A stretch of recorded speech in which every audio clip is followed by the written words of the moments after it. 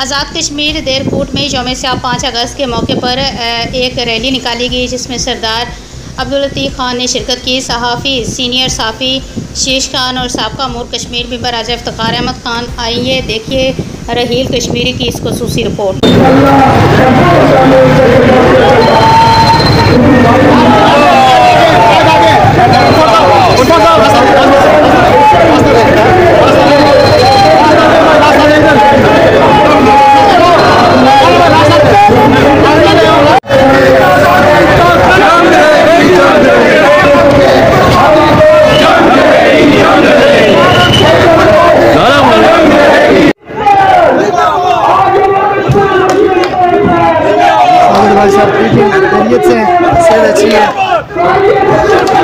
हम मौजूद हैं देरकोट में। आप देख रहे हैं इस टाइम आज़ाद कश्मीर के साबका वज़ीर-ए-आज़म जो कि स्टेडियम की तरफ रवां दवा बढ़े हैं। वो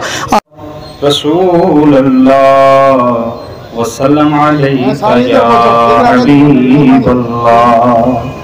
जितना दिया सरकार ने मुझको इतनी मेरी औकात नहीं, ये तो करम है उनका, वरना मुझ में तो ऐसी बात नहीं, जितना दिया सरकार ने मुझको। सदर आज़म कश्मीर मुस्लिम कौंसिल जनाब सरदार रफीक अहमद खान साहब, जनाब साबिक मेंबर कश्मीर कौंसिल मुस्लिम लीग नून के मरकजी नायब सदर राजा इफ्तिखार अयूब खान साहब, मजद असरुल्लाह साहब और दीगर यहाँ पर मौजूद हाज़रीन,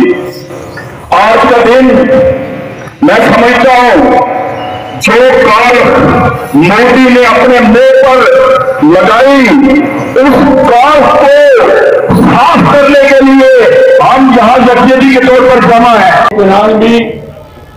बाइस मुसर्रत भी और अल्लाह की मेहरबानी से बाइस शुक्र भी है, लेकिन मोदी का बेड़ा गर्क हो कि इस महीने में 5 अगस्त उसने ऐसा 5 अगस्त का शुमार कर दिया कि आज पूरी दुनिया में कश्मीरी सरापा एहतजाज हैं। 14 अगस्त को पाकिस्तान मार्च वजूद में आता है।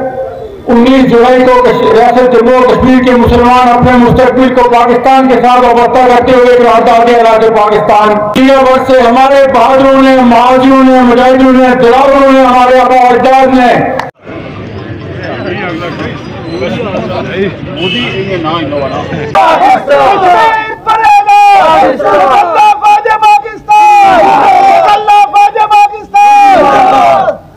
हिंदुस्तान अपने आप को बहुत बड़ी ताकत कहता था, इसराइल उसके साथ था, पाकिस्तान मुखालिफ हुकूमत उसके साथ थी, पाकिस्तान मुखालिफ उसके साथ थे, और उनका ख्याल ये था कि हिंदुस्तान बहुत बड़ी ताकत है। हमारे हामी जो सूडो इंटेलेक्चुअल्स हैं, सो कॉल्ड दानिशवर हैं, रोज टीवी पर दर्ज देते हैं कि हिंदुस्तान बड़ा मुल्क है, जरूर होगा, आबादी ज्यादा है जरूर होगी, रकबा ज्यादा है जरूर होगा, लेकिन हम रोज अव्वल से कहते हैं कि जो हिंदुस्तान कश्मीर के अंदर फंसा हुआ है, जो जिस हिंदुस्तान की फौज 10 लाख के करीब कश्मीर के अंदर नाकाम है,